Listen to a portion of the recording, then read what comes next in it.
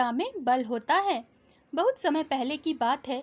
कहीं दूर एक जंगल हुआ करता था। उस जंगल में एक पीपल का पेड़ था। वह पीपल का पेड़ बहुत साल पुराना था।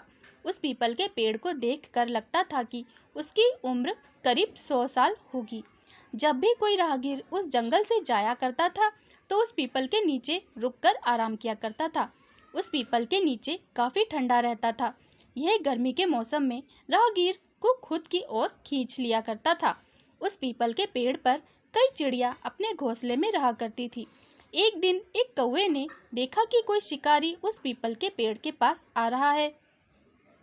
कौवा जल्दी से पीपल के पेड़ के पास आया और सभी को शिकारी के बारे में बता दिया। कौवे ने कहा, देखो यह किस तरह से हमें अपने जाल में फंसाने के लिए दाना डाल रहा है, पर हमें उस दाने की ओर देखना भी नहीं है।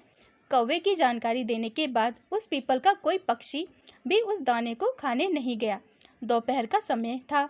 आकाश में उड़ रहे कुछ कबूतर के झुंड ने जमीन पर पड़े दाने को देखा। भूख एक ऐसी चीज है जो मौत के कुएं में भी डाल देती है। कबूतरों को दाना तो दिख रहा था, लेकिन शिकारी का जाल नहीं दिख रहा था। सारे कबूतर जाल में फंस गए। सभी कबूतर रोने लगे।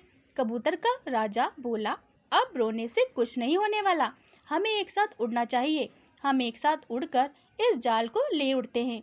राजा की बात मानकर सारे कबूतर एक साथ उड़े। एक साथ उड़ने के कारण वह कबूतर जाल को लेकर आकाश में उड़ गए। शिकारी का शिकार और उसका जाल भी देखते ही देखते गायब हो गया। इधर आकाश में उड़ने के बाद राजा ने कहा, हम सभी को दक्षिण की ओर चलना चाहिए। दक्षिण की ओर एक चूहा रहता है जो मेरा मित्र है, शायद वह हमारी मदद कर सकता है। राजा की बात मानकर सारे कबूतर दक्षिण की ओर चल दिए। चूहे के घर पहुंचने पर कबूतरों के राजा ने चूहे को बुलाया और कहा, प्यारे मित्र, आज हमें तुम्हारी मदद की ज़रूरत है। तुम इस जाल को काटकर हमें आज़ाद कर दो। चूहे ने कहा, ठीक है, लेकिन यह सब कैसे हुआ? कबूतरों के राजा ने कहा, भूख की आग ने हमारी आंख पर पर्दा डाल देता है। हमें भोजन तो दिखता है, लेकिन उस भोजन को देने वाला नहीं दिखता है।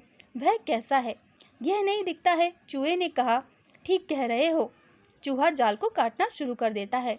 कुछ समय के अंदर ही चूहे ने सभी कबूतरों को जाल से आज़ाद कर दिया।